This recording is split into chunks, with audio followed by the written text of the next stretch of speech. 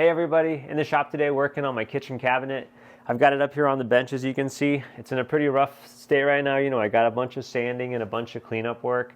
But kind of an interesting aspect of this cabinet, I think, is how I'm utilizing this kind of lower area here for storage. This is, right off the ground. The wheel well sits behind it, and it's all super shallow like this. Kind of a weird space to use because the water tank, I've got one of those over the wheel well water tanks in this van. So I've kind of come up with a clever way to make, I think, the best use possible of this storage space. To build the storage solution I've got for this, I'm actually going to be making a finger joint box, which I think there was some questions about when I had put out my lightweight cabinet video about making one of those. And I thought I had actually built all my finger joint boxes for this van, but I'm going to be building one last one for this. So as a result, I'm going to kind of hit two birds with one stone. I'd like to talk about how I'm utilizing this space and then demonstrate how to build something using finger joints and thin plywood. All right, so with this space here, it would have been possible to maybe like build a little shelf in it or have some kind of sliding door system. And that, maybe I could have stored some cans here or maybe a couple loaves of bread or something. But one thing that I think is always kind of a nuisance in drawers is, like big frying pans, kind of like this one, or cutting boards like this one. So my plan here right now is to essentially make a little box that folds out. Essentially, I'm going to have a piano hinge along the length of this with a little latch here. So when I'm standing up above, I can just fold this whole thing out, and I'll have things like this frying pan, and it will just fold out. And that way I'll be able to access all of this. It's a fairly big space, so I think I'll be able to, not only get a frying pan, a couple cutting boards in here, but probably even some plates if I wanted to. So I think that's maybe the best way to utilize this kind of really shallow vertical space here. So to do this, I'm going to essentially build just a shallow box using finger joints that will then be attached to this hinge and will fold out. So we're going to go over today how to build that finger joint box. If you were building drawers, there's a couple key differences I'll point out, but the whole process to actually assemble the box and get everything to line up properly and cut in the proper order is the same. So up front, I just want to say, using finger joints for these boxes, there are other ways to join 1/4-inch plywood, but honestly, there's just not very much surface area if you were just going to butt joint these together. So I think the finger joint is really the only way to not have to add some kind of additional bracing in these corners to have just a really strong structure while keeping weight to a minimum. So if you were going to be building just a normal drawer box using finger joints and this 1/4-inch plywood, like this one here, the big difference is essentially how much clearance you're allowing on the sides and the top of the drawer. What I have found to work best, so you don't get binding because it has so much slop that it can move too much back and forth, or so little room that it's actually causing friction on the sides, is to essentially shoot for about a 1/16 of an inch on both sides and a 1/16 of an inch on top. This way, I think it has enough play that it can slide in and out, and then once it reaches the end of its travel, because I'll have a little stop here, you can see it is sagging just a little bit, but that's about an appropriate amount of sag. You don't want it to go to flop out too much. And yeah, it slides pretty easy. And then once this is actually finished, sanded, and then you can use some furniture or paste wax, these things will basically fly by themselves. So I think that's a good amount of clearances to shoot for a 1/16 of an inch on each side and a 1/16 of an inch on top. But in this cabinet, instead of that 1/16 inch, I'm actually shooting for close to almost about 1/8 of an inch on each side. I don't really know why it matters, but this thing's just going to be pivoting out. And then vertically, I'm also allowing almost 1/4 of an inch, because if you think about it, this is going to be a big rectangle that's pivoting out. And then if you take that maximum distance essentially across the center of it, it has to clear this lip. So if I made this extremely tight, then it wouldn't have room to basically pivot out. And let's just go through that process to make that box out of finger joints. All right, and before we can actually talk about the process, there's two kind of critical pieces of tooling that you need to make this happen. So we're just going to cover those really quick. Both of these things, I would say there's a lot of other content out there on the internet you should look up if you're not familiar with them. But we're going to be talking about the actual jig or like fixture you need to accurately cut these finger joints. And then you actually need a cutter or like a blade or something to actually cut these joints because they're about a 1/2 inch wide. So let's quickly cover those two, or like which ones I use, just to give you an idea of what we're working with for the rest of the video. All right, so what I like to use is called the Incra iBox. This is a fairly expensive little gadget for your table saw, or you can use it on a router table, but I've never done that. If you are only making one like gift box or even one van maybe worth of drawers, I don't know if it'd be worth to just go out and buy this right away. It does dumb down the process a bit, but it is expensive. And if you not the kind of person who's not planning to keep woodworking after they finish their van build, this is a pretty expensive little toy, and I don't know if I would totally recommend it. And even more so than that, we're kind of getting into some fairly advanced kind of techniques and concepts. So I would say, take this with a grain of salt. If this is your first woodworking project, you may have a lot of frustrations. Finger joints do take a lot of precision, just cutting all your pieces to size. There's just, some of that just can't be taught on a first time around. It just takes working your wood and figuring out what to do with it. So anyways, Incra iBox, if you're going to do this a lot, I recommend that. However, this is a very simple jig that takes quite a bit of precision to build properly, but this is what I used for my first few projects. And if you would look up a video by William Ng, he goes through a very precise way to build one of these. It does a great job of making finger joints, but you are restricted to essentially whatever size this little bar here is.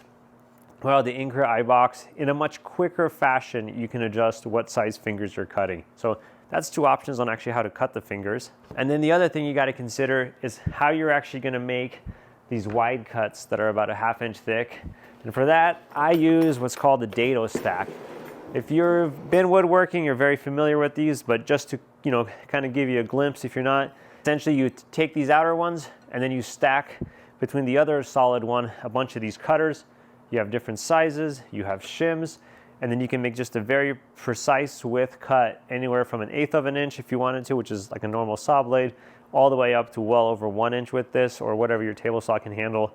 So this is a dado stack, and if you're going to be doing this and you want to make it somewhat painless, a dado stack is helpful. So when I first got the iBox, I built this little demo box just to kind of get a better understanding of how the jig works. So I think I'm going to use this right now to just talk about a few things that will make this process maybe a little easier to understand. First off, as you will see, we've got we've got a finger here, and then we've got a cut portion. And I will unfortunately call these teeth sometimes. I'm not sure why that's just stuck in my brain. So I will call these teeth or fingers, and then I will call the cutaway parts either a cut or a gap. And as you notice, at any corner, you've got one side that starts with a finger, and you've got one side that starts with a gap. And that's good to keep in mind as we're trying to line all this up together, that these have to be opposing of each other. That will just come back, and it's good to notice now.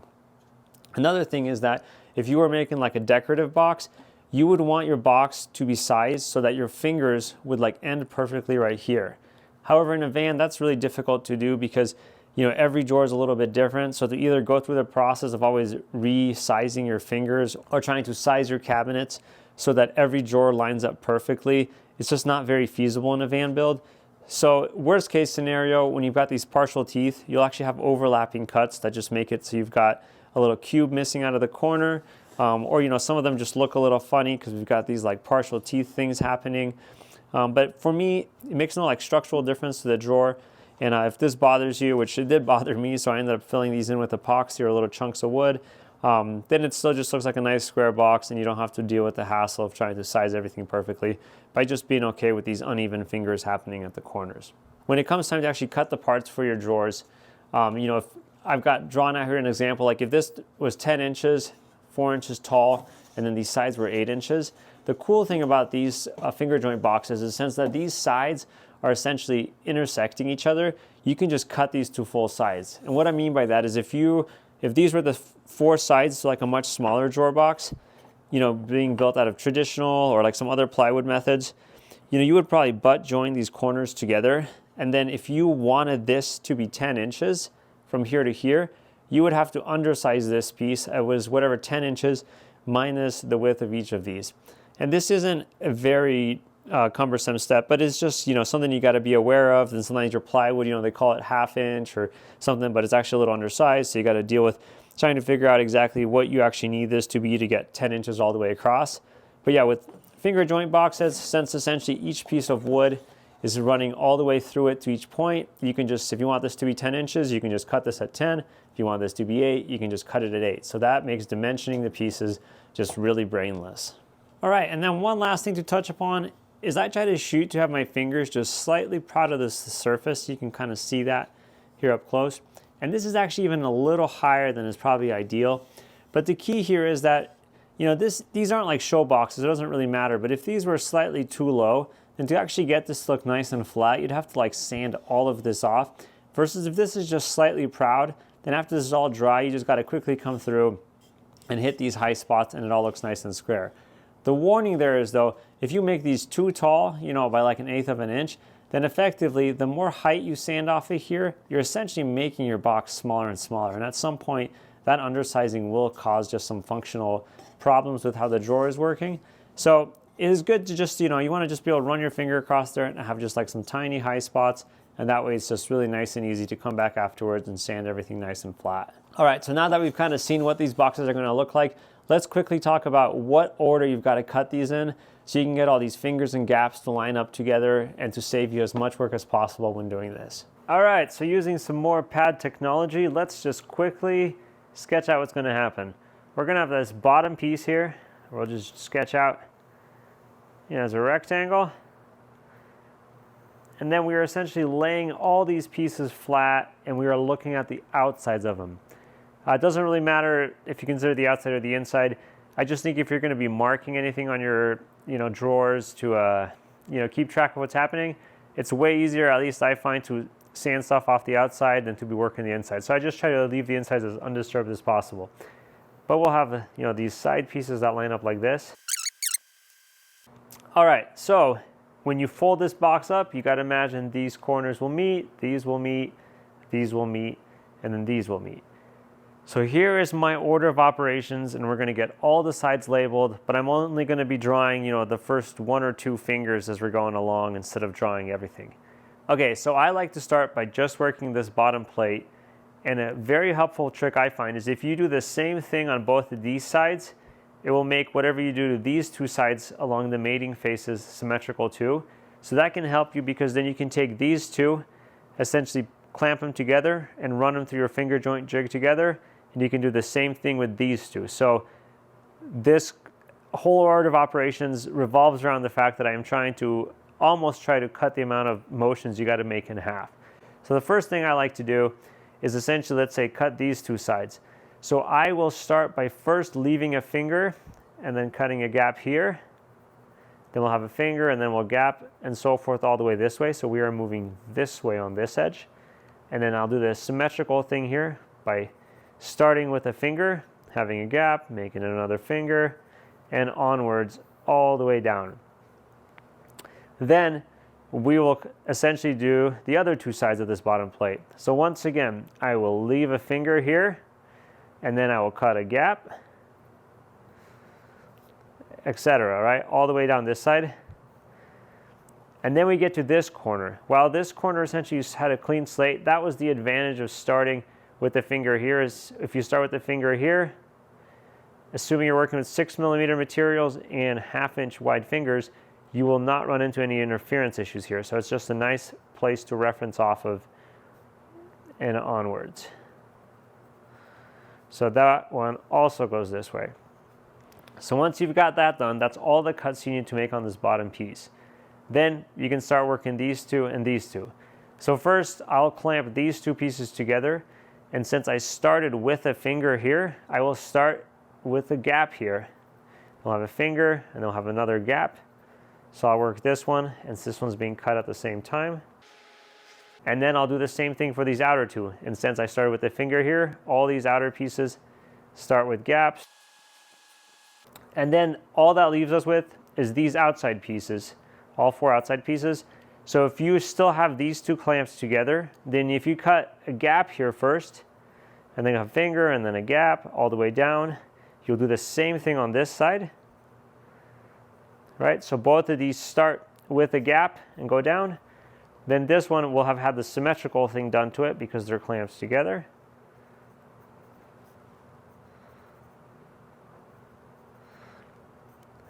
And then since these 2 sides started with the gap, these ones have to start with the finger. So then the gap will be offset. So you got a finger, gap, and then etc. So these go down like this because these are clamps together as well. They're all, these outside pieces work in pairs saves you almost half the work. All right, so that is an extremely rough sketch of how this process works for me. About the only places this can sometimes be a headache is if you've got, as you finish this run, you could have a partial tooth here, which can make the alignment of this a little tricky because as you see the way the jig works, it relies on being able to butt the flat surface up against the reference bar. And if there's a cutout here already, there's maybe a little shenanigans you got to do, or I actually pre-build this little kind of offset so that I can combat that when it happens. But that is usually not an issue, or that is a minor issue, so don't fixate on it. All right, so we've got our pieces cut. This is actually the last piece of plywood I have from my last trip to the Northwest to pick up wood. Last piece of 6mm, unfortunately, in the shop. And it's kind of wonky, and one side of it had all this coloring. I didn't notice it because I bought a lot of sheets, so I didn't look through all of them. But we're going to try to make it work because we're running out of 6mm. About time to go visit the family again.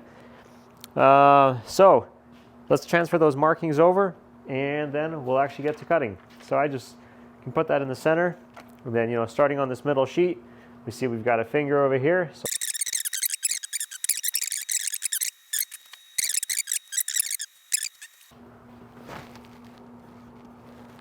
all right, so there's just a little bit of detail of my markings. As you can see, they're just super basic and chicken scratchy. I just like an arrow, so I know essentially the arrow really just tells me which side I'm starting on. There's not really, you know, it's kind of a duplicate because I know that wherever I put this tooth, I'm essentially starting there, but it just helps my mind. Yeah, so, you know, you want these opposite because you want a finger, finger, finger, finger. And then these are opposite as well. And then everything is mirrored so that the two outer pieces, you can just cut them at the same time, and this piece and the back piece you can cut at the same time. And now it's just a long and monotonous process at the table saw. If you've made your own jig, then whoever made that video will show you exactly how to make your first cuts, to have either starting with a finger or starting with a gap. And if you buy the Inker iBox, they've got some good videos as well as a manual on exactly how to fine tune it, and you should study those to make sure you have good results. Now, there is a lot of setup and fine-tuning required. That is probably the most critical part of this whole thing to make it go well. And my big recommendation is before you start putting your dado stack in, just cut several test strips because you really want to make sure you get this dialed in. And in my opinion, you should make your test strips as long as your longest piece you're going to be working. Because nothing is more frustrating than having, let's say, a 24-inch deep drawer, and you may find out that your little test strip of 2 or 3 fingers fit perfectly, but if each of those fingers is off by like 1/1000th of an inch, then you've got this compounding effect where you may not have any fitment issues till you're pushing that really long length. So for me, I say make a full-size test cut, and you'll be much happier to burn through a little test strip than you will be to figure that out when you have a big drawer bottom you just messed up. Even with that, I find that cutting the drawer bottoms, I sometimes have some slight fitment issues. And I think this has to do with how big and awkward those drawer bottoms are to push through the jig. You know, a small drawer side that's even, you know, 8 inches tall or something, you can kind of grip it with your fingers to the jig really securely and just push them all through for every cut very consistently.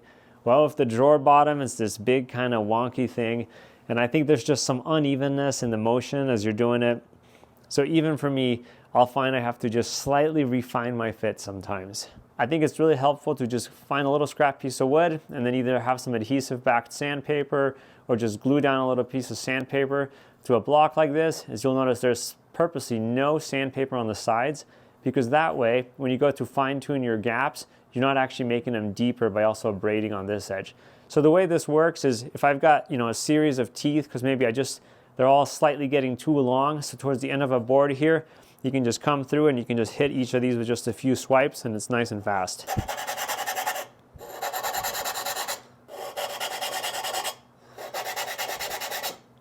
So that's kind of the method I use to fine tune my fingers if I find I've got some issues. So that's probably the easiest way to do that. All right, so we're back here at the kitchen. This is the box we just built, and it is going to be pivoting out like this. So I anticipated this was going to happen, but I just wanted to build this box to do a demonstration. But honestly, I do not want this front lip. I mean, not only does it not clear, but I do not want it to be so deep. I think this front lip, as I fold this down, I just want it to be, I don't know, maybe about this tall, so I want all of this gone. And then the sides will also stay skinny for a bit, and then they'll start to kind of rise up to have that full width in the back. So then all my pots and pans, as they sit in here, there'll be a tall lip in the back here, short lip in the front, and then just, I'm not sure, just to prevent things from falling off, I'll put another just kind of short lip along the top here, and I'm going to finger joint that in as well. So we're just going to have a couple finger joints on each side here, and then finger joints along this whole edge, and we'll add one more piece there after we trim all this up. So there's not a whole lot of new stuff going on in that process, so I'm just going to go make those modifications, reassemble it, and just kind of show what that finished product looks like here.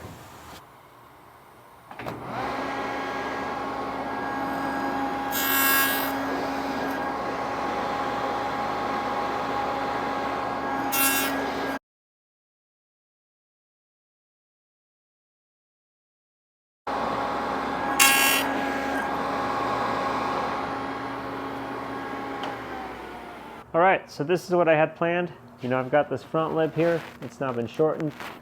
And then this piece is added right here. So now I'm going to go through and glue this thing together. And then once it's dry tomorrow morning, I'll just roughly fit it in and then show you guys how it will work.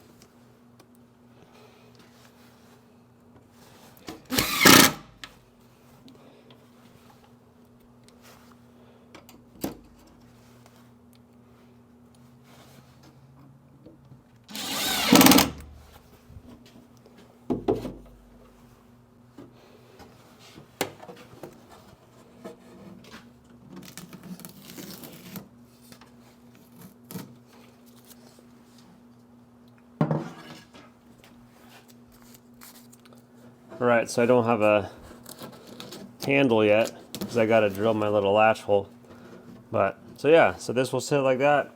When the face frame is attached to this, all of this will be flush because this face frame is right about as thick as the, what is this, the knuckle of this